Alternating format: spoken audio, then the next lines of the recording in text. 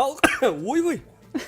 Не болды, бәрі жақсы ма? Қуанып кеудеме сыймай бара жатқан сөздерім жөтел болып шығып кетті ғой.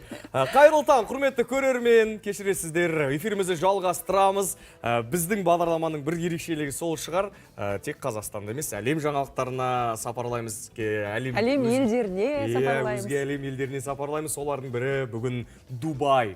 Ол Біріккен Араб Әмірліктеріндегі ең сұлу, ең әдемі қала. Бұл жақта көздің жауын алатын көптеген сәулет өнері бар, алайда бір кездегі шөл дала гүлді баққа айналады десе, әрине ешкім сенбес еді. Бұл шындық. Қазір Дубайда әлемде теңдесі жоқ ғажайып гүл бағы бар. Ендеше көп айтып қайтеміз, ұзаққа созбай көріп алайық сюжеттен.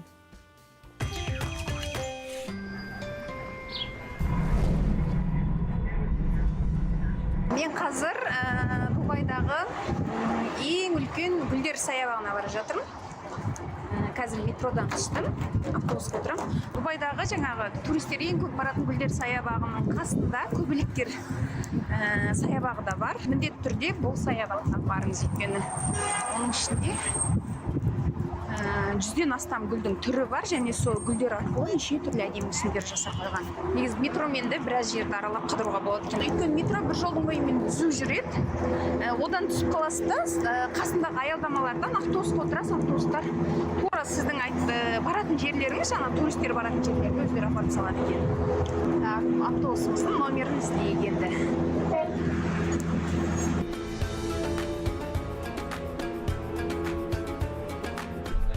Қазір автобусқа отырдым.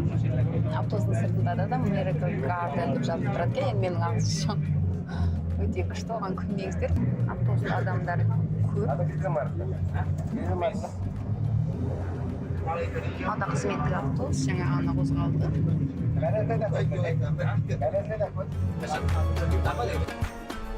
Сонымен дәл қазір біз бұған дейін тек әлеуметтік желіден көрген Дубайдағы ғажайып алып мүсіндерді көреміз.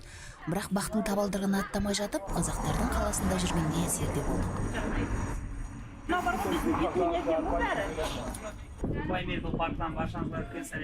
Гүлдер бақшасына Дубайдағы билет 71 дирхам екен. Қазір аламыз. Мына жақта кезек аз екен, осы жаққа тұрайық. Қандай әдемі. Көбелектер бақшасы да қасында, бірақ оның билеті арзандау екен, 55 дирхам екен. Қазір уақыт болса оған да кіреміз.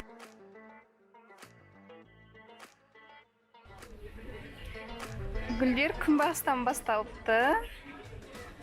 Ғажайып бақ Дубайдың ең әдемі жерлерінің бірі. Әлемдегі ең үлкен гүл бағына айналып үлгерген бақтың орнында біраз жылдар бұрын ешкім тұрмайтын шөл дала болған. Бақ жылдан жылға жаңарып, әдемі мүсіндермен толығып келеді. Бұл жер арнайы ғашықтардың құрметіне салынған. Сондықтан қол ұстасып, сүйіктіңізбен келсеңіз, әрине әсері тіптен бөлек болады. Гүл бағына кірген сәттен гүлден жасалған бұйымдардың түр-түрін табасыз. Басыңызға гүл тағып, өзіңізде гүл болып шыға келсеңіз болады. Гүлдер бақшасына келіп гүл болып отырмын. Менде бірінші кіргенде жүректер 100 миллионға таяу гүлден әртүрлі мүсіндер жасалған екен. Мұнда әйгілі Бурж Халифаның мүсіні бар. Өздеріңіз білесіздер, Бурж Халифа Дубайдағы ең биік ғимарат, 800 метрден астам биіктігі. Ал мына гүлдер бау-бақшасындағы оның биіктігі 18 метр екен. Шейхтарының мүсіндері, суреттері, портреттерінде гүлден жасаған екен, және ең үлкен ұшақ осы жерде. Гүлдер бағына 180 суперлайнері де келіп қонған. Тек ұшақ бойында 5 миллионнан астам гүл гүлдейді екен. Бұл дүние жүзіндегі ең үлкен гүл қондырғысы деуге де болады. Ағаштармен тіреп қойылған ұшақтың салмағы 575 тонна. Оны тамашалау үшін көрерменге арнайы жоғары және төменгі алаң гүлмен көмкеріліне салынған. Ұшақ баққа туристерді тарту үшін 2016 жылы арнайы жасалып қойылған екен. Әрі бақтың бой тұмары десе де болады. Ал ғажайып гүлдер бағындағы алып аю мен ертегілер қаласы туралы біз екінші бөлімде айтамыз.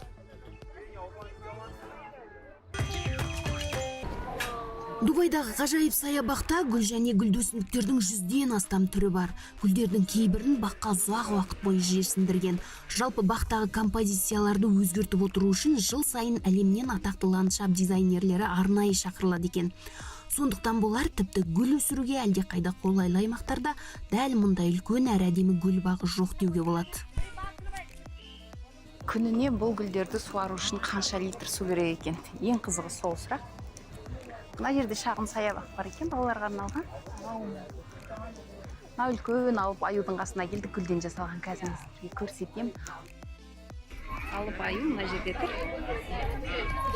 Жағымызда екі пингвин. Біреуі ренж қалған ба, басын төмен салбыратып тұр.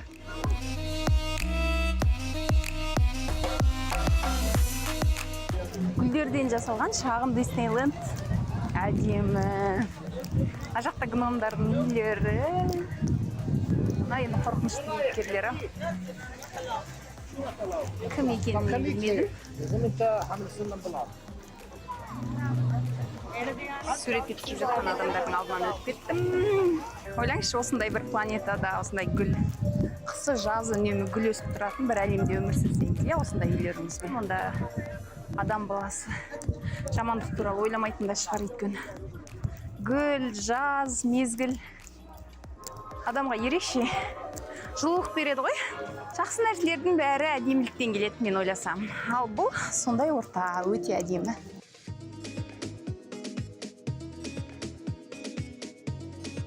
Ғажайып гүл бағының аумағы 7 гектар. Біріккен Араб Әмірліктерінде жаз өте ыстық болатындықтан бақ қыста және көктем айларында жұмыс істейді. Қазанның басынан бастап мамырға дейін бұл жаққа емін-еркін келе аласыз. Күнбағыс көп екен. Сары түсі болғаннан кейін көп қолданғанын көріп тұр. Көйлегі гүлден жасалыпты. Шашы ағаштан. Ішіне кіруге болады екен, кіріп көрейік. Ана жердің су тамшылап тұр. Саябақтан шықпайтын сияқты. Шыққандай әдемі. Қамалдың сап-салқынның ішіне кіріп, біраз салқындап алуға болады, өйткені сырт жақсы ыстық екен. Судың дауысы. Қараңыздар, қандай әдемі. Мына жердегі үйлер мүлде басқаша. Ертеге қамалға кіруге болмайды екен. Айналып қана жүретін сияқтымыз. Негізі адамға гүлді жайдан жай сыйламайды, адамның жан дүниесіне жылулық беретін деп сыйлайды. Көп гүлдің ішінде адам өзін мүлде басқаша сезінеді екенсің да. Расында бір ертегі, бала кезіміздегі бір ертегі оқыған кезде көз алдына елестетін бүкіл бейнелер дәл қазір сол бейнеге түскен сияқтымын. О, үлкен ағаштың астыңғы жағын ойып тұрып жасапты. Не қараңыздар, адам өту үшін.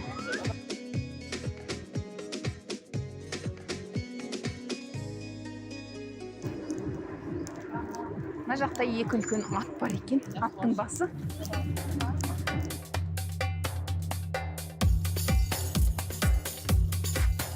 Әсері бөлек екен, сөзбен айтып жеткізе алмайсыз, әдемі, өте әдемі. Сонымен Дубайдағы ғажайып гүл бағы біздің де жанымызды жадыратқан сияқты. Табиғаттың әрбір тылсым дүниесінің адам денсаулығына пайдасы зор. Ал гүл оның әрі сары, жасыл түстері тіпті жан дүниеңізді тыныштандырып, адамға күш береді екен. Жолыңыз түссе, сізде Дубайға келіп, ғажайып гүл бағынан күш алыңыз.